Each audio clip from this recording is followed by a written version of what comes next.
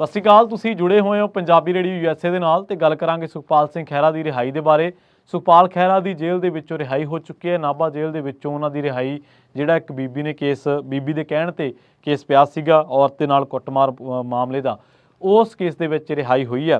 ਤੇ ਉਸ ਤੋਂ ਬਾਅਦ ਉਹਨਾਂ ਨੇ ਕੁਝ ਸਵਾਲ ਖੜੇ ਕੀਤੇ ਨੇ। ਉਹਨਾਂ ਸਵਾਲਾਂ ਤੇ ਚਰਚਾ ਤੇ ਨਾਲ ਦੀ ਨਾਲ ਇਹ ਸਮਾਜ ਦੇ ਵਿੱਚ ਜਿਹੜੀ ਜ਼ੁਲਮ ਦੇ ਵਿਰੁੱਧ, ਜਿਹੜੀ ਅਨਿਆਂ ਦੇ ਵਿਰੁੱਧ ਲੜਨ ਦੀ ਇੱਕ ਪ੍ਰਵਿਰਤੀ ਆ, ਉਹ ਕਿਵੇਂ ਗਾਇਬ ਹੋ ਰਹੀ ਹੈ, ਇਹਦੇ ਬਾਰੇ ਗੱਲਬਾਤ ਕਰਾਂਗੇ। ਹੁਣ ਪੋਲੀਟੀਕਲ ਵੈਂਡੇਟਾ ਸੁਖਪਾਲ ਖਹਿਰਾ ਕਹਿ ਰਹੇ ਨੇ। ਹਾਲਾਂਕਿ ਆਪਾਂ ਨਿੱਜੀ ਤੌਰ ਤੇ ਉਹਨਾਂ ਦੇ ਕੁਝ ਜੋ ਦੋਸ਼ ਉਹ ਲਾਉਂਦੇ ਨੇ ਭਗਵੰਤ ਮਾਨ ਸਾਹਿਬ ਦੇ ਪਰਿਵਾਰ ਦੇ ਬਾਰੇ ਜਾਂ ਉਹਨਾਂ ਦੀ ਸਿਆਸਤ ਤੌਰ ਤੇ ਜੋ ਉਹਨਾਂ ਨੇ ਪਾਰਟੀਆਂ ਬਦਲੀਆਂ, ਆਪਾਂ ਉਹਨਾਂ ਚੀਜ਼ਾਂ ਨਾਲ ਇਤਫਾਕ ਤਾਂ ਨਹੀਂ ਰੱਖਦੇ, ਉਹਨਾਂ ਚੀਜ਼ਾਂ ਨਾਲ ਸਹਿਮਤ ਤਾਂ ਨਹੀਂ ਗੇ। ਪਰ ਜਿਸ ਕਿਸੇ ਵੀ ਇਨਸਾਨ ਦੇ ਨਾਲ ਸਾਡੀ ਸਹਿਮਤੀ ਨਹੀਂ ਹੈ ਤਾਂ ਸਰਕਾਰ ਉਹਦੇ ਤੇ ਜੋ ਮਰਜ਼ੀ ਕਰੀ ਜਾਵੇ ਕਿ ਅਸੀਂ ਕਹਿ ਦਈਏ ਕਿ ਸਰਕਾਰ ਠੀਕ ਹੈ, ਉਹ ਬੰਦਾ ਗਲਤ ਹੈ। ਨਹੀਂ, ਇੱਦਾਂ ਨਹੀਂ ਹੁੰਦਾ। ਇਹ ਅਸੀਂ ਆਜ਼ਾਦੀ ਤੋਂ ਬਾਅਦ 1947 ਤੋਂ ਬਾਅਦ ਮੈਚਿਓਰ ਡੈਮੋਕ੍ਰੇਸੀ ਵਾਲੇ ਪਾਸੇ ਜਾਣਾ ਸੀ, ਪਰ ਸਾਡੀ ਮਸ਼ੀਨਰੀ ਦਾ ਸਿਆਸੀ ਹੱਥ ਠੋਕਾ ਬਣ ਜਾਣਾ, ਤਾਕਤਾਂ ਦਾ ਇੱਕ ਵਿਅਕਤੀ ਵਿਸ਼ੇਸ਼ ਦੇ ਆਲੇ ਦੁਆਲੇ ਕੇਂਦਰਿਤ ਹੋ ਜਾਣਾ, ਅਸੀਂ ਮੈਚਿਓਰ ਡੈਮੋਕ੍ਰੇਸੀ ਵੱਲ ਨਹੀਂ ਜਾ ਰਹੇ। ਇਸ ਕਾਰਨਾਂ ਕਰਕੇ ਅਸੀਂ ਉਸ ਪਾਸੇ ਵੱਲ ਨੂੰ ਜਾ ਰਹੇ ਹਾਂ ਜਿੱਥੋਂ ਆ ਰਹੀ ਹੈ ਕਿ ਇਗਨੋਰ ਡੈਮੋਕ੍ਰੇਸੀ, ਮੈਚਿਓਰ ਤੋਂ ਇਗਨੋਰ ਡੈਮੋਕ੍ਰੇਸੀ ਦੇ ਫੇਜ਼ ਵੱਲ ਨੂੰ ਆਪਾਂ ਜਾ ਰਹੇ ਹਾਂ। ਬੇਸ਼ੱਕ ਇੰਦਰਾ ਗਾਂਧੀ ਤੋਂ ਲੈ ਕੇ ਮੋਦੀ ਤੱਕ, ਬੇਸ਼ੱਕ ਪ੍ਰਕਾਸ਼ ਸਿੰਘ ਬਾਦਲ ਜਿਹੜਾ ਉਹਨਾਂ ਦਾ ਪਹਿਲਾ ਕਾਰਜਕਾਲ ਹੈ ਤੋਂ ਭਗਵੰਤ ਮਾਨ ਤੱਕ ਪੋਲੀਟੀਕਲ ਵੈਂਡੇਟੇ ਦੇ ਦੋਸ਼ ਲੱਗਦੇ ਰਹੇ ਨੇ। ਪਰ ਪੋਲੀਟੀਕਲ ਵੈਂਡੇਟਾ ਕਿਸ ਤਰੀਕੇ ਦਾ ਹੁੰਦਾ ਸੀ ਕਿ ਸਿਆਸੀ ਵਿਰੋਧੀਆਂ ਦੀਆਂ ਆਵਾਜ਼ਾਂ ਨੂੰ ਦਬਾ ਦੇਣਾ, ਅਖਬਾਰਾਂ ਦੇ ਵਿੱਚ ਉਹਨਾਂ ਦੀ ਕਵਰੇਜ ਘਟਾ ਦੇਣੀ ਜਾਂ ਉਹਨਾਂ 'ਤੇ ਕੋਈ ਮਾੜਾ ਮੋਟਾ ਕੇਸ ਬਣਾ ਦੇਣਾ ਜਿਹਦੇ ਤਹਿਤ ਉਹਨਾਂ ਨੂੰ ਬਾਅਦ ਦੇ ਵਿੱਚ ਜ਼ਮਾਨਤ ਮਿਲ ਜਾਂਦੀ ਸੀ।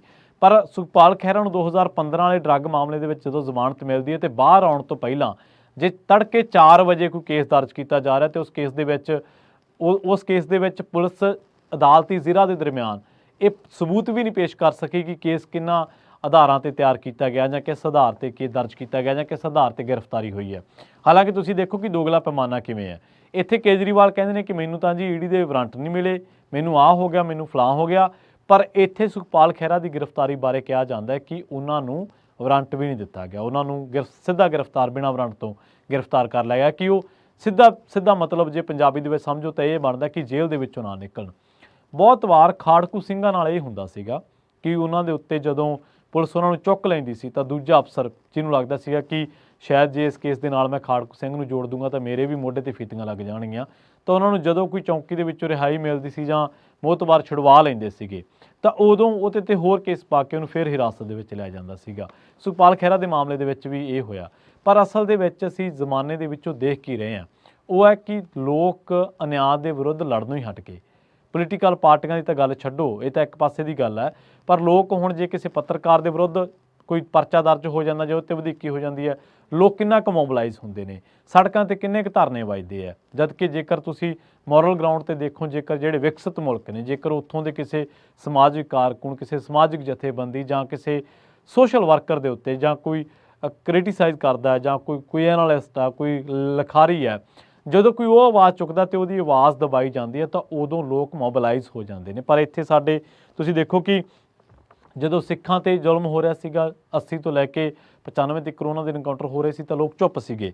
ਇਸੇ ਤਰ੍ਹਾਂ ਜਦੋਂ ਕਿਸੇ ਪੱਤਰਕਾਰ, ਕਿਸੇ ਸਮਾਜਿਕ ਕਾਰਕੁਨ 'ਤੇ ਜ਼ੁਲਮ ਹੁੰਦਾ ਤਾਂ ਲੋਕ ਚੁੱਪ ਸੀ। ਇੱਥੇ ਐਮਨੈਸਟੀ ਇੰਟਰਨੈਸ਼ਨਲ ਵਰਗੇ ਚਲੇ ਗਏ। ਇੱਥੇ ਪੰਜਾਬ ਦੇ ਵਿੱਚੋਂ ਬਹੁਤ ਸਾਰੇ ਲੋਕ ਜਿਹੜੇ ਪੰਜਾਬ ਭਰਾ ਸੋਚ ਵਾਲੇ ਸੀ ਉਹਨਾਂ ਨੂੰ ਦਬਾ ਦਿੱਤਾ ਗਿਆ ਜਾਂ ਚੁੱਪ ਕਰਾ ਦਿੱਤਾ ਗਿਆ।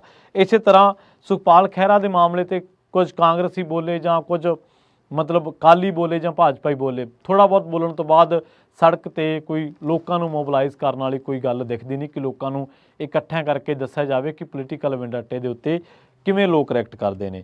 ਜਿੰਨਾ ਚਿਰ ਅਨਿਆਂ ਦੇ ਵਿਰੁੱਧ ਕੋਈ ਲੜਾਈ ਨਹੀਂ, ਜੱਦੋ-ਜਹਿਦ ਨਹੀਂ, ਉਹਨਾਂ ਚਿਰ ਜ਼ੁਲਮ ਤਾਂ ਹੁੰਦਾ ਹੀ ਰਹਿਣਾ। ਜਿੰਨਾ ਚਿਰ ਤੁਸੀਂ ਕੁਝ ਬਦਲਾਅ ਦੀ ਰਾਜਨੀਤੀ ਕਰਨ ਦਾ ਤੁਸੀਂ ਦਾਅਵਾ ਕਰਕੇ ਆਏ ਹੋ, ਪਰ ਜੇ ਬਦਲਾਅ ਦੀ ਰਾਜਨੀਤੀ ਦੇ ਤਹਿਤ ਤੁਸੀਂ ਪਰਚੇ ਪਾ ਰਹੇ ਹੋ ਆਪਣੇ ਸਿਆਸੀ ਵਿਰੋਧੀਆਂ 'ਤੇ, ਤਾਂ ਇੱਕ ਐਸਾ ਬਦਲਾਅ ਕੈਸੀ ਰਾਜਨੀਤੀ ਹੈ। ਤੁਸੀਂ ਤਾਂ ਕਹਿੰਦੇ ਸੀ ਕਿ ਅਸੀਂ ਪੋਲੀਟੀਕਲ ਵੈਂਡੇਟਾ ਕਰਨਾ ਨਹੀਂ।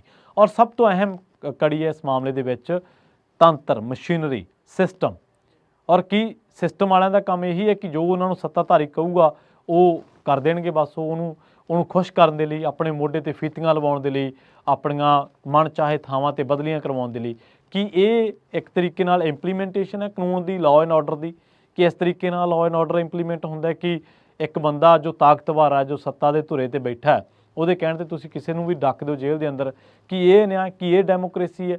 ਨਹੀਂ, ਅਸੀਂ ਅਸਿੱਧੇ ਤਰੀਕੇ ਨਾਲ ਹਿਪੋਕ੍ਰੇਸੀ ਵੱਲ ਨੂੰ ਧੱਕੇ ਜਾ ਰਹੇ ਹਾਂ। ਅਸੀਂ ਸਿੱਧੇ ਤਰੀਕੇ ਨਾਲ ਉਸ ਸਿਸਟਮ ਵੱਲ ਨੂੰ ਧੱਕੇ ਜਾ ਰਹੇ ਹਨ ਜਿੱਥੇ ਸ਼ਕਤੀਆਂ ਇੱਕ ਵਿਅਕਤੀ ਵਿਸ਼ੇਸ਼ ਦੇ ਦੁਆਲੇ ਕੇਂਦਰਿਤ ਨੇ, ਜਿੱਥੇ ਅਨਿਆਂ ਦੇ ਵਿਰੁੱਧ ਲੜਨ ਦੀ ਲੋਕਾਂ ਦੇ ਵਿੱਚ ਤਾਕਤ ਨਹੀਂ ਬਚਣੀ, ਜਿੱਥੇ ਲੋਕਾਂ ਦੇ ਉੱਤੇ ਪੁਲਿਸੀਆ ਤੰਤਰ ਜਾਂ ਸਿਸਟਮ ਕਿਸੇ ਤਰੀਕੇ ਵੀ ਨਾਲ ਵੀ ਜ਼ੁਲਮ ਕਰੂਗਾ, ਨਾ ਤਾਂ ਉਹਦੇ ਨਾਲ ਕੋਈ ਵਿਰੋਧੀ ਪਾਰਟੀਆਂ ਖੜਦੀਆਂ ਨੇ, ਨਾ ਉਹਦੇ ਨਾਲ ਕੋਈ ਸਮਾਜਿਕ ਧਾਰਾ ਦੀ ਕੋਈ ਹੋਰ ਲੜਾਈ ਲੜ ਰਹੀ ਕੋਈ ਧਿਰ ਖੜਦੀ ਹੈ, ਨਾ ਉਹਦੇ ਨਾਲ ਕੋਈ ਇਸ ਤਰ੍ਹਾਂ ਦਾ ਕੋਈ ਹੋਰ ਬੰਦਾ ਖੜਦਾ ਜਿਹਨੂੰ ਇਹ ਹੋਵੇ ਕਿ ਮੈਂ ਸੁਸਾਇਟੀ ਦੇ ਵਿੱਚ ਅਨਿਆਂ ਨਹੀਂ ਫੈਲਣ ਦੇਣਾ। ਸੋ ਇਹ ਸਾਰੇ ਜਿਹੜੇ ਮੁਹਾਂਦਰੇ ਬਦਲੇ ਨੇ, ਇਹਨਾਂ ਦੀਆਂ ਜੜ੍ਹਾਂ ਪਿੱਛੇ ਪਈਆਂ ਨੇ ਜਦੋਂ ਇਸ ਸਿਸਟਮ ਨੇ ਗੋਡੇ ਟੇਕ ਦਿੱਤੇ ਸੀਗੇ ਜ਼ੁਲਮ ਦੇ ਮੂਹਰੇ, ਜਦੋਂ ਲੋਕਾਂ ਨੇ ਵੀ ਇਸ ਜ਼ੁਲਮ ਨੂੰ ਰੋਕਣ ਦੀ ਕੋਈ ਤਾਂਘ ਨਹੀਂ ਕੀਤੀ। ਜੇ ਮੈਂ ਚਰਚਾ ਕਰਕੇ ਹਟਿਆ ਕਿ ਸਿੱਖ ਨੂੰ ਚੱਕ ਲਿਆ, ਸਿੱਖ ਤੇ ਜ਼ੁਲਮ ਹੋ ਗਿਆ, ਲੋਕ ਚੁੱਪ ਨੇ, ਸਿਆਸੀ ਵਿਰੋਧੀਆਂ ਤੇ ਜ਼ੁਲਮ ਹੋ ਗਿਆ, ਲੋਕ ਚੁੱਪ ਨੇ, ਪੱਤਰਕਾਰ ਤੇ ਪਰਚਾ ਹੋ ਗਿਆ, ਲੋਕ ਚੁੱਪ ਨੇ, ਸਮਾਜਿਕ ਕਾਰਕੁਨ ਤੇ ਪਰਚਾ ਹੋ ਗਿਆ, ਲੋਕ ਚੁੱਪ ਨੇ।